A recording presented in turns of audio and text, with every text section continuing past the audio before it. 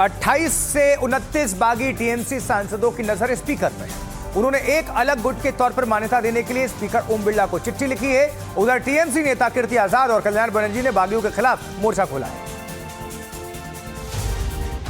तृणमूल के 28 में से 20 बागी लोकसभा सदस्यों की निगाह स्पीकर ओम बिरला पर है। बागी नेताओं का नेतृत्व कर रही काकोली घोष दस्तीदार के मुताबिक उन्होंने एक अलग गुट के तौर पर मान्यता और एनडीए को समर्थन देने के लिए स्पीकर को पत्र लिखा है। इस बीच बागी नेता आज तृणमूल के वरिष्ठ नेताओं के निशाने पर है।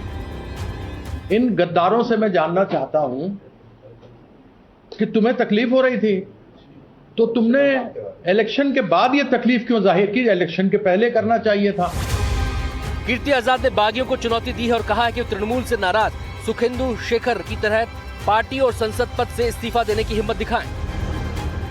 लेकिन कम से कम उसने एक पॉलिटिकल एथिक्स दिखाया कि वह जिस पार्टी में था, जिस सिंबल के साथ राज्यसभा में एमपी था, उसकी समस्या थी, उसने रिजाइन कर दिया। तुम्हारे में भी अगर पॉलिटिकल एथिक्स है तो तुम भी रिजाइन कर दो उसकी तरह और आ जाओ बीजेपी के टिकट पर लड़ने के लिए।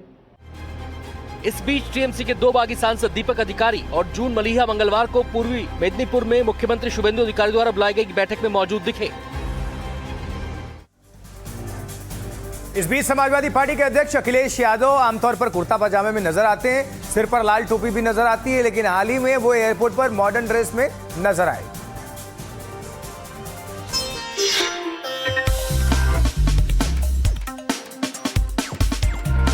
कुर्ते पायजामे की जगह जीन्स और टी शर्ट, पैरों में स्पोर्ट्स शूज, घने बाल लहरा रहे थे, समाजवादी टोपी नदारत थी।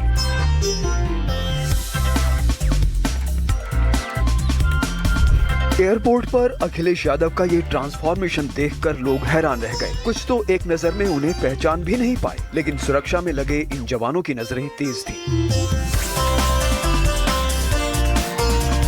हर मोबाइल में कैमरा फिट है। सेल्फी की ख्वाहिश में ये शख्स आगे बढ़ा तो अखिलेश यादव ने भी उसे मायूस नहीं किया।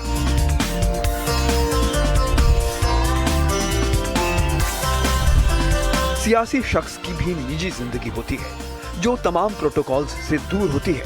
अखिलेश यादव भी अपनी निजी जिंदगी को एंजॉय कर रहे हैं। क्या पहनेंगे और क्या नहीं, इसका फैसला तो वो खुद ही करेंगे। एक अनार 100 बीमार, ये कहावत नौकरियों के मामले में हमेशा सच साबित हुई है। यूपी में इन दिनों सिपाही भर्ती परीक्षा चल रही है। करीब 32,000 पदों के लिए 29 लाख अभ्यर्थी बैठ रहे हैं और परीक्षा केंद्रों तक पहुंचने की जो होड़ है वो रेलवे स्टेशन से लेकर बस अड्डों तक दिख रही है। सब जगह भागम भाग मारामारी। लखनऊ के चारबाग स्टेशन का हाल देखकर ही अंदाजा लग गया कि यूपी में पुलिस भर्ती परीक्षा के लिए कितनी तैयारी की गई और कैसी तैयारी की गई। स्टेशन पर पैर रखने की जगह नहीं है। ट्रेन के गेट से चढ़ना नामुमकिन है तो ट्रेन की खिड़की को ही दरवाजा बना लिया गया। छात्र एक दूसरे को उठाकर डिब्बे के अंदर फेंक रहे हैं। ये हाल सिर्फ यूपी की राजधानी का नहीं है। गोरखपुर, प्रयागराज से लेकर मुरादाबाद और अयोध्या, कानपुर से लेकर एटा और मैनपुरी में छात्रों का सैलाब नजर आ रहा है। सिर्फ लखनऊ में अगले 3 दिन में कितने अभ्यर्थी आएंगे ये भी जान लीजिए। अगले 3 दिन में 1,35,000 के अधिक अभ्यर्थी लखनऊ जनपद के विभिन्न केंद्रों में इस परीक्षा में पार्टिसिपेट होंगे। अभ्यर्थी जो हमारे जनपद में आ रहे हैं 17 जनपदों से और अन्य प्रदेशों से भी आने वाले अभ्यर्थी यहाँ पे सम्मिलित हो रहे हैं।